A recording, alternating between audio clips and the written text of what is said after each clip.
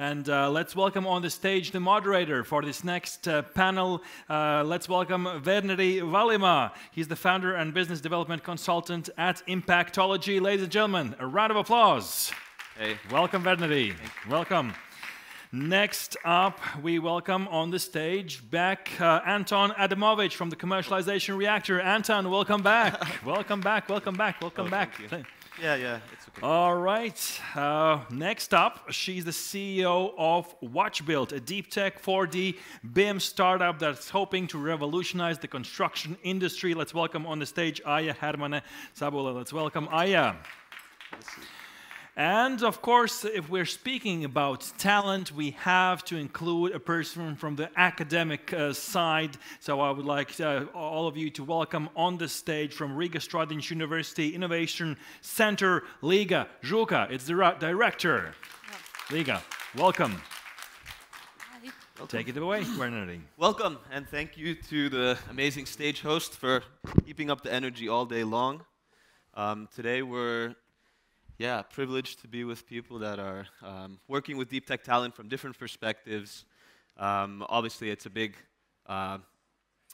part of building successful deep tech companies and getting these, commercializing the research in order to, make an impact in the world, at least the way I see it. And as Natalie hinted towards at the end of her talk, there's a paradigm shift happening, I think, over the past, I don't know, maybe in a 20, 30-year time frame, the things that you are training for in university are normally not the kind of jobs that you're going to end up doing at the end of your career. So I'd like to just ask everybody in the audience, are you working in a job that you started out at after university? Raise your hand if you are. Or have you been trained for what you're doing at the moment, specifically? Okay, so that was like a 10-20% ratio. So this is happening all across the board in probably all industries, but especially in innovation where things are moving really fast. So it's one of the things that I think EIT is also taking into account, that technology builds on technology, innovation builds on innovation. A biologist trained 10, 20 years ago will maybe not have so much to say about the current biotech commercialization. So if we want to be successful as individuals, as organizations, and as an ecosystem, then we also need to be lifelong learners and get used to this journey. And I think a lot of these programs that we have in this ecosystem, including Deep Tech Ateliers, so everyone here is actually upskilling themselves by speaking with different people, getting more perspective, reskilling themselves, as the EIT Deep Tech Initiative is doing as well. So good job, everyone. So then, now I'd like to just try to open it up to all these different perspectives. Everybody here is actually a kind of a deep tech talent in one way or another. So maybe I'll open it up with Liga, talking about your journey and your unique perspective, and what have been the experiences that nurture you into working in deep tech? If I'm speaking about my experience, actually I have diverse expertise, I would say, because when I started my career, I was a scientist, and I was working deeply fundamental science, and at the end of the day, I realized that I cannot see the results, and actually I want to see the result. Therefore, I moved to private sector in pharmacy. I worked in research and development agency at a department, and actually I learned at that time I learned a lot, because it was completely different area if we compare the Science Institute with this private sector. And after that, what would be the next step? Oh, maybe I can go and try to use my skills in academia, in tech transfer office. And yes, I started to work at Riga Stradiņš University in 2019. And actually, doing this job in TTO also was completely different field, and now I have all these three experience, and I understand that deep tech talent initiative, I think, is crucial and really important. Yes.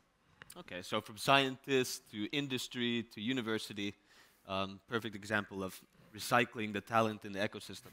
And what about yourself, Aija? So my own journey, if I speak about my formal education, that it actually very much follows what I'm doing, because I studied management and I do manage my own company. So in theory, I have studied the same things that I'm doing today.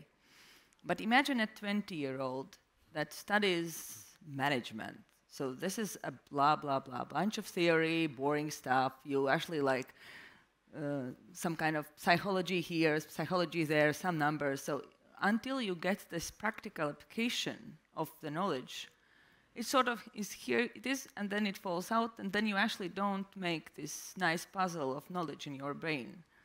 But once you start working, and I actually do believe that you cannot become a manager on one day, so effectively you start as a junior doing some practical stuff, and I used to be a tax consultant, which is a bit far away from being a manager of something.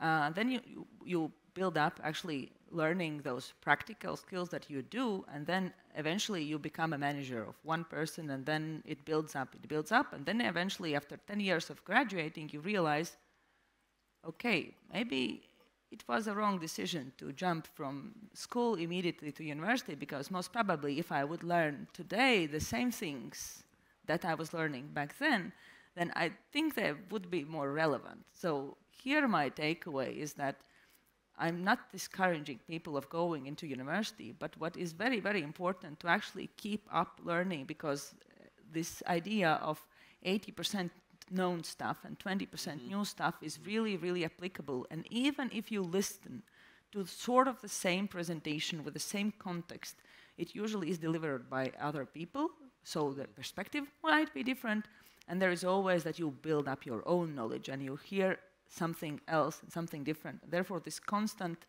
reiteration of sort of same things, for me being a manager of the company, like any new training effectively gives some impact of how I build things after that one. So that is my takeaway. Okay, so you can build upon the talent that throughout your career. Yeah. And how about Anton, do you want to share what have been the most nurturing experiences? How do you get to where you are?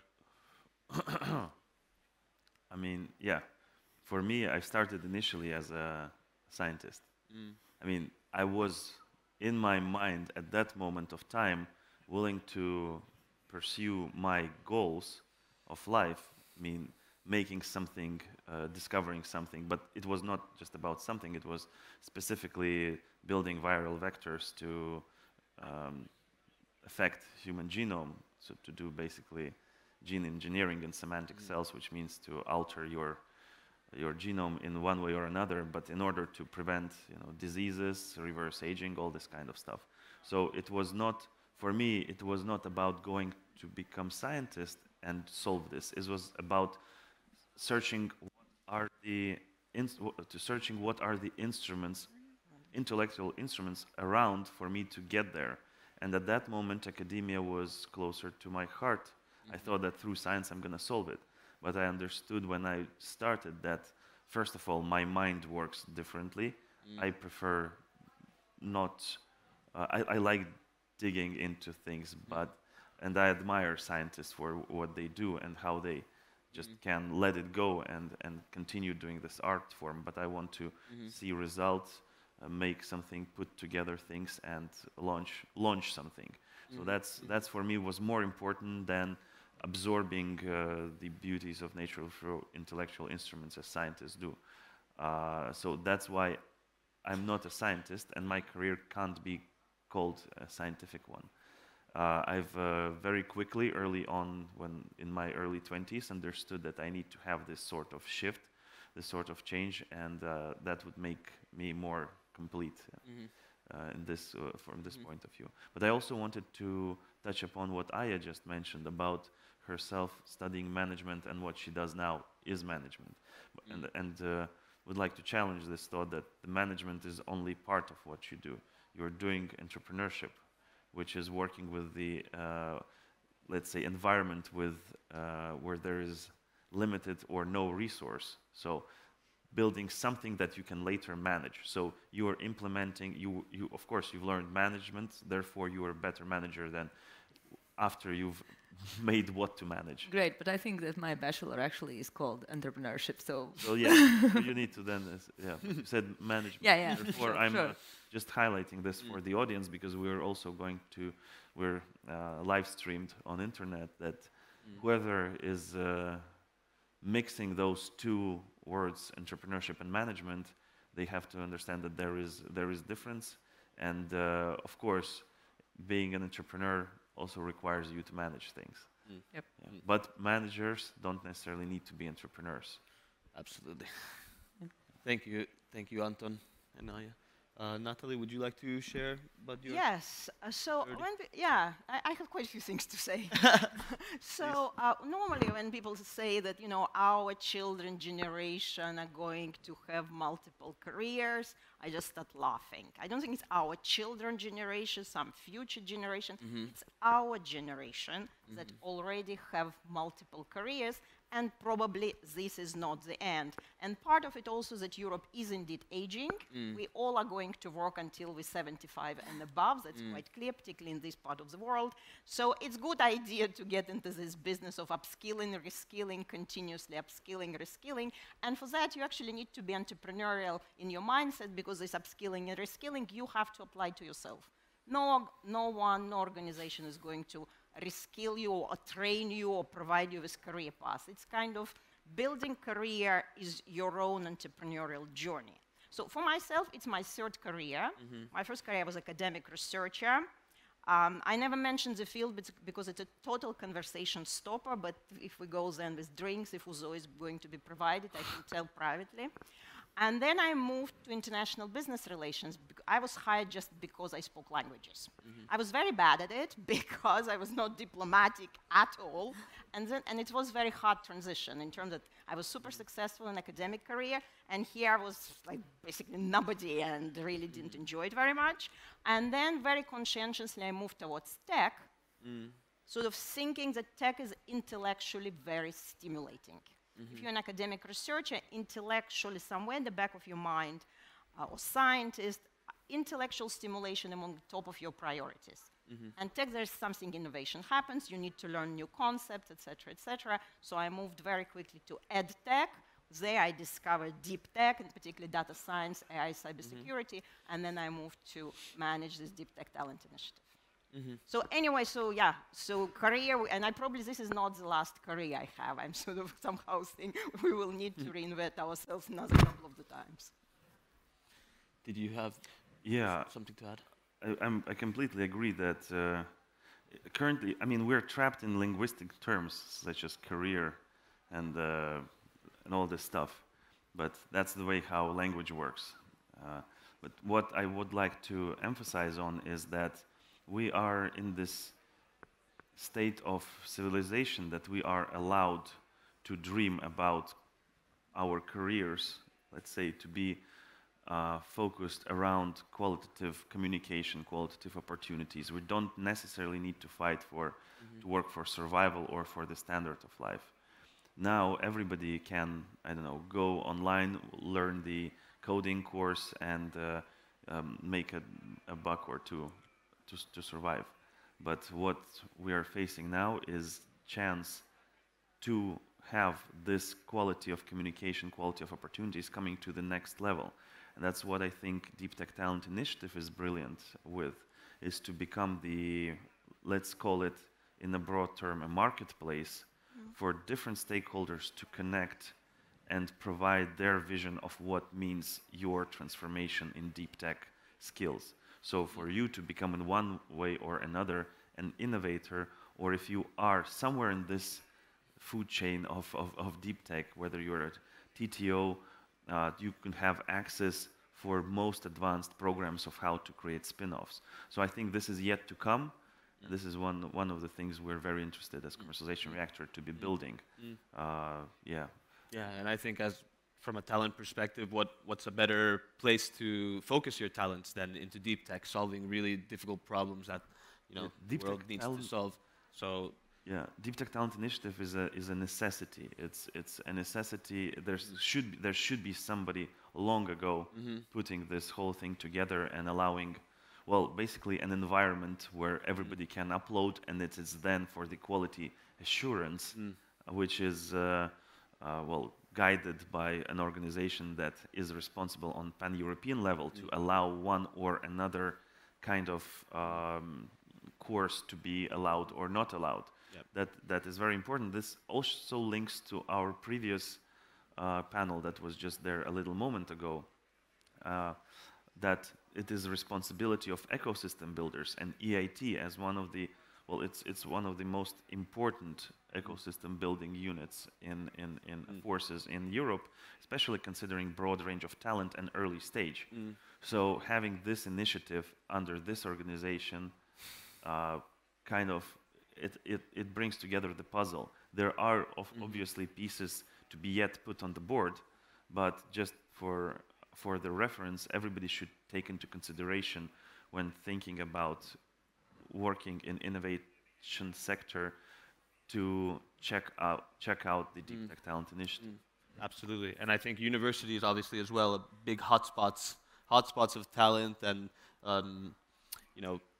brain power. So how do you in your role kind of try to create the capabilities for deep tech commercialization, because it's a bit different than working in software or these kinds of. Actually, I will be honest.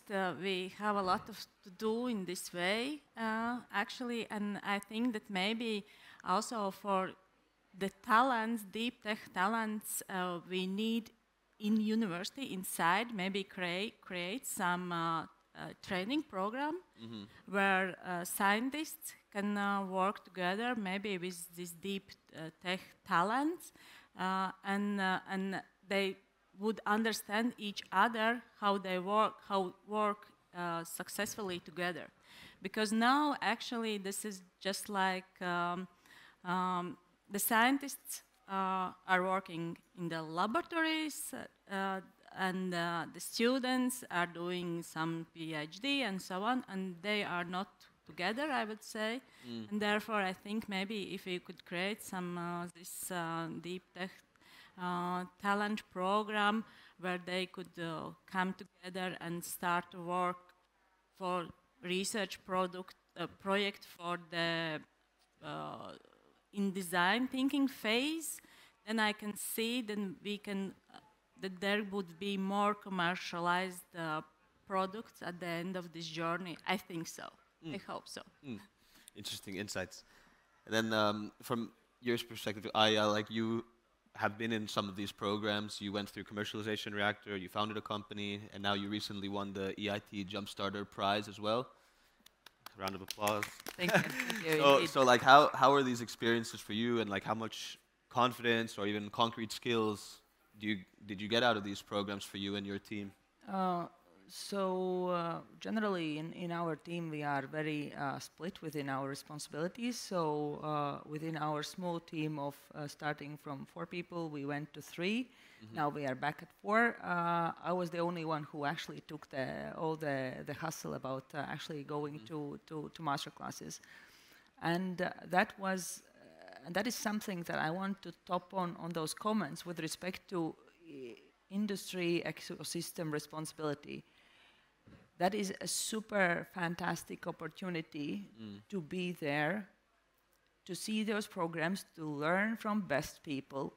But I want to tackle one important part that I think we might be speaking about too little, is reliability and responsibility for each individual to actually be active member of those nice programs, because we can take whatever fancy program we want, but if for me as a listener, I would just try at half of the time just watch my, I don't know, WhatsApp or whatever other social network I would be interested more, or later on I would not actually follow up decently of what I have learned and actually sit back down and actually do some iterations of what I have learned, maybe create my own templates out of, let's say, some kind of presentation that you get, oh, this is a nice insight of how I could develop my, I don't know, clients. But in order not to forget and actually implement, this is my responsibility.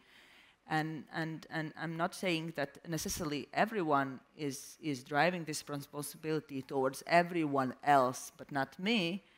I have seen this in too many situations when it really feels that we must, like, because 20, 50 years ago, we didn't have any of those programs. Therefore, it was plainly our responsibility to train ourselves to find those opportunities.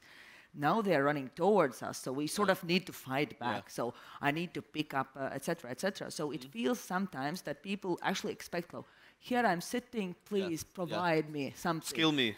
Skill me, but actually it doesn't work like that. You must take responsibility and ownership of what you want, where you want to be, and actually if you promise, I don't know, to participate somewhere or to work with someone or to do something, then it's very, very important that we also somehow take this back on our personal level to really employ and use what we want. I think it will better maybe create some kind of filtration, because like everyone now wants to be a consultant or lead some courses, and let's be honest, some of them are truly crap. Therefore, this also, then just don't go there and take responsibility where you are, what you learn, and then you will be skilled and betterly skilled person and actually ready to go into deep tech, to business, to develop something, because most probably it will take at least 5 to 10 iterations before you actually arrive at something, and if you don't take this initiative to bring on, then most probably you will fail anyway. Yeah, I think that's valuable insight for everyone. Like, you know, you have to be first, it's important to get motivated people into the programs and, to be active participants. And then you can get out of any program, basically, you can get the benefit. Absolutely. So, Anton, like, you're wearing multiple hats, also working with EIT as a community officer. Like, how do you, how should private and public organizations like approach talent building for deep tech? Well, first of all, that's a great question, and well, you can go to great lengths trying to answer it, but I'll try to answer shortly. It's by uniting efforts, not trying to compete for the same piece, but see what actual resonance can you do by joining forces together, and what is the area of responsibility of yours as a private organization and of yours as a government organization. And just right now, you know, before this question, Liga has mentioned, you know, as if I can say, I admire when you are projecting what you need, what you want, what are the vulnerabilities, and also being open for collaboration. So that's what I think shows healthy approach, if I can say, towards solving the issues that are challenging the public organizations such as university. In private, in this case, Aija just mentioned that you need to take responsibility, and you need to take responsibility in both sectors, in private and public. And the problem is, in many cases, is that some environments allow you not to take responsibility. When you, for example, have infinite budgets or etc., you just you do what you want, and it shouldn't be like that. Yeah. So I'm not trying to. And that's a problem. That's an elephant in the room, to be honest, especially with public organizations. And this is what we're trying to, but not with all, of course, not with all. And yesterday's effort about bringing together the key opinion leaders to trigger transformation in policy making in order to have more effective instruments to support private sector. This is remarkable, and this has to be highlighted, that there are tendencies towards finding solution, how to really collaborate and how to come to the results with less friction.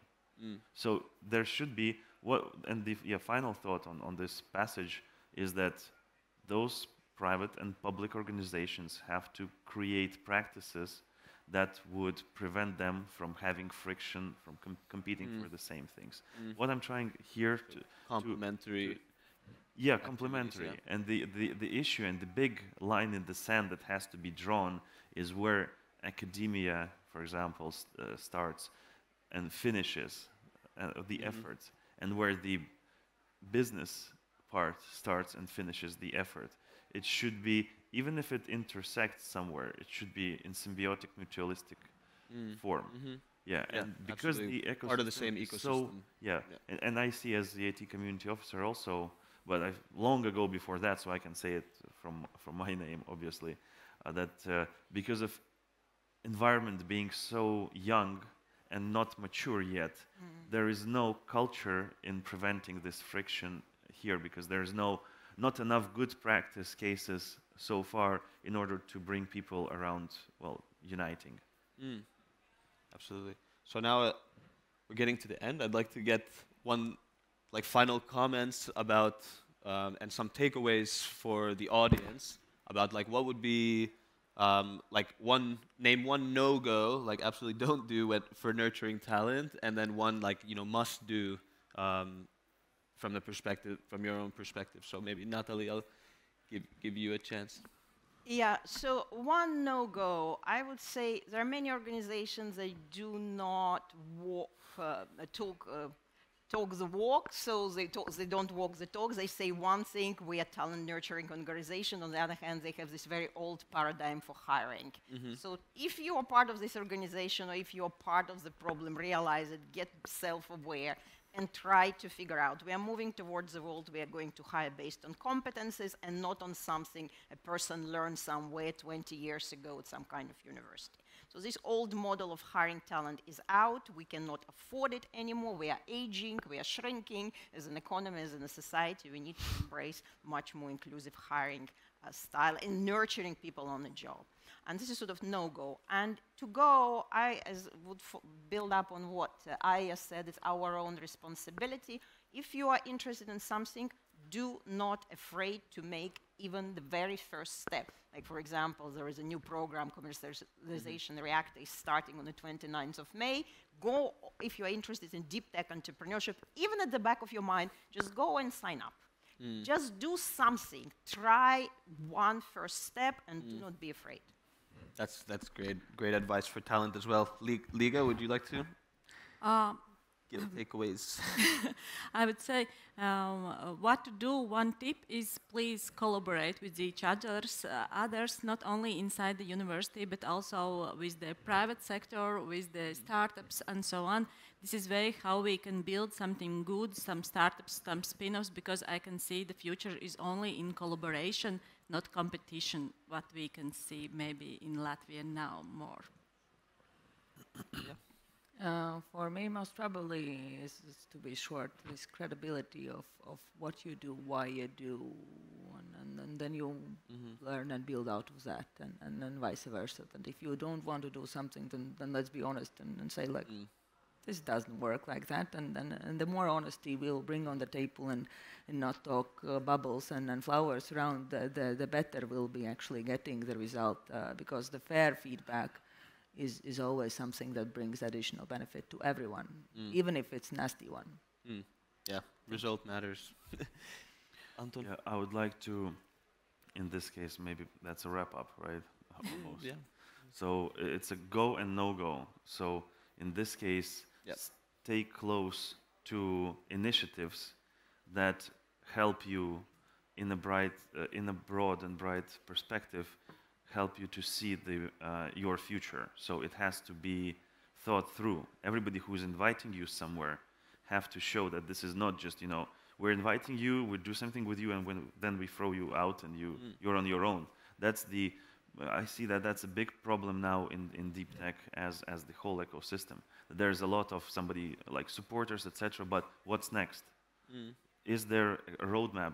Do they show? Do they care? So the no-go is keep away from those, stay away from those who don't show you, don't help you, envision your path, and stay close with the ones that do. So to keep your friends close and your enemies close. Okay, thank you, Great. Natalie, Anton, Aija, and Liga. A round of applause also to Verneri Yeah. for the energy. Thank you, thank you, thank you very much. All right, we are moving on in our program, and actually it's one of the favorite pastimes in conferences like this. It's the coffee break. So right now, ladies and gentlemen, I ask all of you right now to go outside of this room, get some fresh air, stretch out your legs, get some coffee. We need to ventilate this room, so we ask everyone to go out for approximately 10 minutes. We'll see. I hope to start on time at 10:30. See you back very soon.